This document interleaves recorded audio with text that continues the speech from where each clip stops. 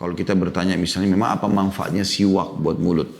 Kita akan dengarkan hadis yang akan saya bacakan selanjutnya, yaitu masih di halaman yang sama tentu 256, nomor hadisnya 209 dan urutan 5 dari urutan awal di pasal kita ini. Di sebelahnya tulisan sahih hadis ini dari Aisyah radhiyallahu anha bahwa Nabi SAW bersabda, as-siwaku matharatun lil fam mardatun lirrabb. Siwak itu adalah alat mensucikan mulut yang terbaik dan mendatangkan ridha Rabb. Hadis ini diriwayatkan An-Nasai, Ibnu Khuzaimah, Ibnu Hibban dalam sahihnya. Dalam sahih keduanya diriwayatkan pula oleh Al-Bukhari secara muallak atau tidak diberikan nomor tapi dikuatkan di bawah ya kayak semacam footnote-nya dengan bahasa pasti, dan riwayat-riwayat Bukhari dengan bahasa pasti adalah sahih. Itu yang dimaksudkan di sini oleh Al-Mundhiri pada saat menjelaskan tentang periwayatan hadis ini. Di sini teman-teman terjawablah kenapa kita bersiwak. Dan kita tahu maksudnya siwak kan untuk membuat bau wangi mulutnya. Tapi di sini bahasa Nabi SAW lebih fokus lagi, gitu kan? Yaitu potongan pertama hadis, as-siwaku matharatun lil fam. Siwak itu adalah alat mensucikan mulut. Di sini mensucikan maknanya luas, ya, bisa menghilangkan baunya, ya, bisa menyehatkan mulut, menyehatkan gigi, gusi, ya, mengeluarkan bau yang wangi. Ini semua masuk dalam istilah mathara, ya, mathara. Karena dalam bahasa Arab juga tahur seperti kitab kita kan ini kitab tahara. Tahara masuk dalamnya bersuci seperti orang mandi, orang wudu, ya. Maka dipastikan bahwasanya khusus mulut, ya, yang membuat dia selalu segar, baik adalah siwak. Sampai rincian-rincian yang sangat dalam dibahasakan kalau airnya siwak itu bisa menguatkan gusi, bisa menguatkan gigi, sekaligus membersihkannya, gitu kan. Dan cairannya itu bisa membuat karang-karang gigi tidak melekat. Juga gigi jadi kuat, tidak mudah lubang. Kemudian juga dari sisi lain, siwak juga itu bisa menjaga kelembaban bibir. Ya, biasanya kan bibir itu sering pecah-pecah, ya. Maka airnya itu bisa, karena kan pasti otomatis kalau kita lagi menggosok dengan kayu siwak kita bicara, ya. Maka secara otomatis dia akan membasahi bibir kita. Itu ternyata juga airnya, ya, sangat baik untuk semua. Jadi gusi, gigi, bibir ini semuanya. Karena ini semua masuk dalam istilah fam. Nabi SAW menjelaskan sini, as-siwaku matharatu lil fam. Siwak itu mensucikan mulut. Kalau Nabi SAW mengatakan siwak itu membersihkan gigi, berarti kan bibir nggak masuk, gusi nggak masuk, cuma gigi saja. Tapi enggak, karena umum digunakan kata fam, maka semua masuk, gusi, gigi, lidah, bibir, semua ini, ya, 4 ini semuanya kena, ya, dalam pensuciannya pada saat seseorang menggunakan siwak. Tentu ini tidak didapatkan pada saat sikat gigi, ya. Nah, sikat gigi kemungkinan besar dia membersihkan gigi, iya. Tapi ada beberapa jenis pasta gigi yang justru karena agak keras, ya, maka biasanya dia membuat bibir pecah-pecah, ya. Atau bahkan kalau kita menggunakan sikat, beda dengan siwak lebih lembut, ya. Kalau kita gunakan sikat biasanya malah ada orang yang gusinya berdarah, ya, atau terdorong karena kuatnya dia sikat gigi sehingga akhirnya harus dibuat tambalan-tambalan antara gusi sama giginya. Semua ini teman-teman tentu tidak terjadi pada saat Anda menggunakan siwak, ya. Allahu a'lam, karena lembut sekali siwak itu. Sedikit saya ingin berbagi di sini teman-teman sekalian cara menggunakan siwak itu sendiri. Jadi siwak itu satu batang yang biasa kita beli 1 real atau 2 real, ya. Di Indonesia mungkin harganya 10 ribuan. Kalau nggak salah pernah saya lihat 10 sampai 15 ribu mungkin. Mungkin panjangnya sekitar 10 ada yang sampai 15 cm lah, ya, panjangnya itu. Nah ini teman-teman di bagian atasnya, ya, dilunakkan biasanya dengan dicaca, ya, dengan dengan pisau kecil atau silet gitu kan, sampai nanti seperti berantakan gitu ya, karena dipecah-pecahkan gitu ya. Setelah Anda lihat sudah merata, maka Anda mulai menggunakan dengan menggosok setiap sisi gigi. Anda tarik ke kanan, ke kiri, seperti Anda sikat gigi ya.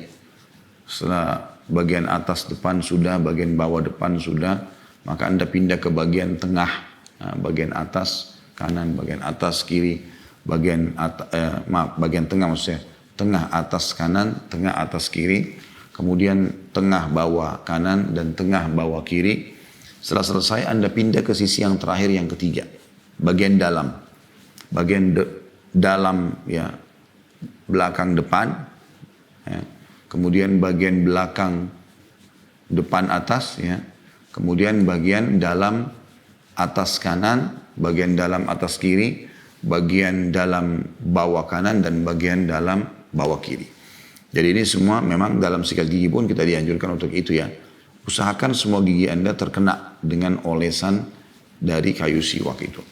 Nah, setelah Anda pakai ini ya, yang paling terbaik tentunya Anda menggunting ujung siwak itu. Ya, sudah Anda pakai tadi ya. Yang sedikit tadi yang sudah dilembutkan tadi ya. Dipotong, maka Anda buat yang baru. Baru kemudian Anda pakai lagi di waktu yang lain. Jadi satu siwak itu sebenarnya sehari dipakai atau bahkan maksimal lah ya. Mungkin bisa kalau Anda pakainya sedikit-sedikit mesti dipotong, mungkin bisa sampai 4-5 hari lah ya. Usahakan nggak lebih daripada itu. Ada orang subhanallah siwak itu yang dipakai berbulan-bulan. Ya. Jadi cuma dicacah sekali saja, kemudian dipakai gosok, ya. Habis itu dia taruh di kantongnya. Nanti habis sholat dipakai lagi. Nah, setiap satu dipakai itu terus. Sampai kadang-kadang kayunya sudah kering. Ya, cairan dalamnya sudah tidak ada mungkin ya. Karena kering. Kayak ini mungkin fungsinya pun akan berkurang gitu kan. Apalagi mungkin kotoran yang awal sudah melekat di ya, bagian atas siwak itu. Apalagi kalau ditaruh di kantong, tidak ada tempatnya ya. Sekarang di Saudi, di Madinah sama Mekah, sudah dijual tempat untuk taruh siwak seperti tempat pulpen dari plastik. Sehingga selalu steril, habis dipakai pun ditaruh. Bahkan ada dijual gunting kecil khusus untuk gunting ujungnya siwak. Nah, itu Anda bisa beli gitu kan. Allahu a'lam. Itu sangat bagus insya Allah. Baik, kemudian potongan kedua hadis, dan ini pelajaran kedua kita bisa ambil dari hadis, yaitu mardhatun lirrabb, mendatangkan ridho Rabb. Ridho ya tentu artinya kalau di alam manusia seperti hadis Nabi SAW, ridho Allah fi ridho walid wa sakhatullah fi sakhatul walid. Ridhonya Allah ada pada keridhoan kedua orang tua, dan ridhonya dan murkahnya Allah ada pada murka kedua orang tua. Baik, sekarang ridho orang tua. Bagaimana kita membuat orang tua kita ridho? Ridho orang tua kita kepada kita yaitu pada saat kita memenuhi semua kebutuhannya sampai pada tingkat kita atau dia, posisi orang tua kita ya maksudnya, orang kedua orang tua kita sudah nggak tahu harus berkata apa lagi. Karena anaknya ini setiap saat hadir untuk orang tuanya. Butuh makanan, butuh minuman, butuh pakaian. Sampai kalau kita baca ciri para sahabat ridwanullahi alaihim dalam berbakti kepada orang tuanya, sampai ada menyisirkan rambutnya, ada yang menyiapkan bajunya, ada yang menyiapkan sendalnya. Jadi luar biasa gitu. Bagaimana mereka melakukan perbuatan-perbuatan ini ya, dalam berbakti. Ada di antara mereka bahkan pada saat orang tuanya bicara, mereka tidak berani melihat wajahnya. Maka orang tuanya selalu merasa ridho, luar biasa gitu. Ya, merasa ridho, dan kita tahu banyak kisah seperti saya pernah sampaikan kemarin tentu di materi yang lain ya, berbeda bukan kajian kitab ini. Pada saat menyinggung tentang kisah Uwais Al-Qarni rahimahullah, bagaimana seorang tabi'in yang masyhur dengan baktinya pada ibunya gitu. Beliau pernah naik di atas rumah, kemudian beliau lewat, kebetulan atapnya itu agak rusak. Pada saat dia mau perbaikin, dia naik ke atas, Pas dia mau perbaikin, rupanya ada ibunya lewat di bawah. Dan ibunya duduk pas di bawah lubang itu. Uwais rahimahullah tidak berteriak-teriak. Ataupun kalaupun dikatakan santun, minta kepada ibunya supaya pindah. Karena dia mau perbaiki atap. Tapi dia diam di situ. Dalam kondisi terik matahari yang panas sekali. Dia biarkan aja. Sampai ibunya pergi, ibunya tidak tahu. Entah berapa lama ibunya baru pindah dari tempat duduk itu, barulah dia perbaikin. Gitu kan. Nah pada saat dia perbaikin, ibunya dia sudah tidak masuk lagi cahaya. Maaf, ibunya waktu itu ya akhir hidupnya kebetulan buta ibunya. Tapi yang jelas, ibunya tahu setelah itu. Lalu ditanya, kenapa kamu tadi lagi ngapain tadi? Dia bilang saya lagi di atas ibu. Lalu kenapa kau tidak melakukan apa yang kau harus lakukan? Maksudnya dia terlambat tadi. Dia mengatakan, tadi ibu lagi ada di bawah. Saya tidak mau sedikit pun debu dari kaki saya, ya, dari atap itu yang menyentuh kepala ibu. Saking baktinya gitu ya. Sampai ibunya itu luar biasa ridhonya dengan Uwais. Pernah satu kali ibunya di akhir hidupnya, matanya sudah buta. Dia mengatakan, nak kau sudah berbakti luar biasa. Ibu pun berterima kasih kepada Allah karena dikaruniai anak seperti kamu. Tinggal ada satu permintaan ibu yang ibu pengen sekali itu terkabulkan. Lalu kata Uwais, apa itu ibu? Sebutkan kalau Uwais masih bisa, Uwais akan penuhi. Kata ibunya, ibu pengen sekali haji nak. Maka Uwais berpikir pada saat itu, haji? Dari mana dia bisa dapatkan uang? Nggak ada uangnya. Dan transportasi juga, walaupun pakai unta zaman dulu, atau kuda, jauh. Harus punya kuda, harus punya unta. Harus punya persiapan bekal makanan di tengah jalan dan seterusnya. Maka dia mengatakan, baik ibu, doakan supaya saya bisa kabulkan keinginan ibu. Ibunya sampai nangis-nangis, peluk dia segala macam. Berterima kasih, maka Uwais pun mulai duduk di atas bukit di perkampungannya. Lalu mulai dia pikirkan, apa nih yang harus saya lakukan gitu ya. Sambil berdoa kepada Allah SWT, sampai muncul di benak dia ingin beli anak kambing, dia ingin beli kambing. Uangnya kebetulan cukup hanya untuk beli anak kambing kecil. Maka Uwais melakukan satu perbuatan, hampir satu orang di kampung dia ketawain dia. Apa yang dia lakukan. Jadi dia rupanya beli anak kambing, terus anak kambing itu digendong sama dia. Naik gunung yang tinggi. Kelihatan oleh orang-orang. Gendong kambing. Mereka mengatakan, Uwais ini lagi buat apa? Gendong-gendong kambing naik ke atas gunung gitu kan. Tiap hari begitu. Naik, turun lagi. Naik, gendong kambing. Sampai kambing itu jadi besar. Ya, karena dipelihara sama dia. Kan kambing beda sama manusia, lebih cepat besar gitu kan. Mungkin dalam 1 tahun aja sudah gemuk besar gitu.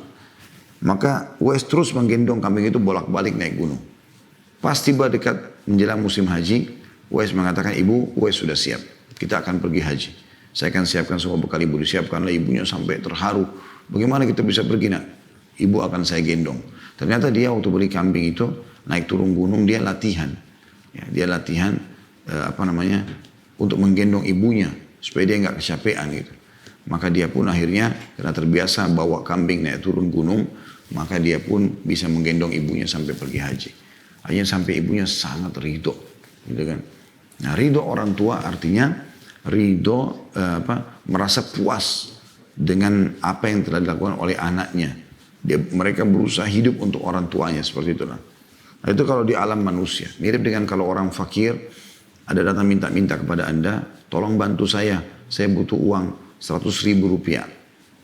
Maka kalau anda beri, inilah ambillah 100.000, dia pergi. Anda sudah bersedekah, bagus, anda penuhi kebutuhan dia. Tapi anda belum membuat dia ridho. Apa ridho itu? Kalau anda membuat dia ridho, anda tanya, memang ibu atau bapak tinggal di mana? Oh saya tinggal di sana. Baik, ada berapa anaknya, kita data dia, terus kita datangi rumahnya, ternyata betul, mungkin rumahnya sudah mau rubuh, mungkin dia cuma kontrak, mungkin dia cuma kos-kosan, mungkin cuma numpang di pinggir kali gitu-gitu. Kemudian kita coba ya berikan dia tempat tinggal, kita sekolahkan anaknya, kita layakkan hidupnya. Ubah keadaan dia dari keadaan yang susah kepada keadaan yang terpenuhi gitu kan. Maka pada saat itu anda telah membuat dia ridho. Ya, karena dia udah tidak ada lagi kebutuhannya, anda sudah penuhi semuanya gitu kan. Seperti itulah. Itu kalau di alam manusia. Kalau di alam kalau dari Allah Subhanahu wa taala, maka ridho Allah artinya Allah memberikan semua apa yang hamba inginkan dipenuhi oleh Allah SWT sampai hamba itu ridho. Karena kita nggak membuat Allah SWT ridho. Allah SWT ya, kita tidak bisa memenuhi apa yang atau berhubungan dengan Allah Subhanahu Wa Taala. Kita tidak akan mampu untuk itu.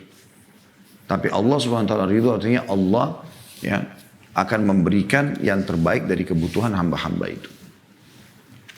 Maka ternyata salah satu yang bisa membuat Allah Subhanahu wa taala memenuhi kebutuhan kita siwak.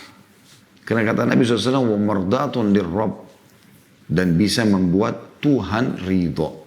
Ya, artinya tentu akan memenuhi kebutuhan-kebutuhan kita. Selanjutnya teman-teman sekalian hadis nomor 210. Tepatnya hadis urutan 6 dengan sanad sahih dari Ibnu Umar radhiyallahu anhu dari Nabi SAW beliau bersabda, "Alaikum bis-siwak fa innahu matyabatun lil fam mardatun lirabbi tabaraka wa ta'ala." Bersiwaklah kalian karena ia adalah alat untuk mengharumkan mulut. Kalau tadi kan mensucikan ya. Dan mendatangkan ridha Rabb yang maha suci dan maha tinggi. Hadis ini diriwayatkan oleh Ahmad dan Ibnu Lahiyah. Dan ini mirip dengan tadi tentunya penjelasannya teman-teman sekalian. Karena memang berbicara tentang masalah dia akan membersihkan, mensucikan, menyehatkan semua yang berhubungan dengan mulut. Bibir, gusi, gigi, dan lidah.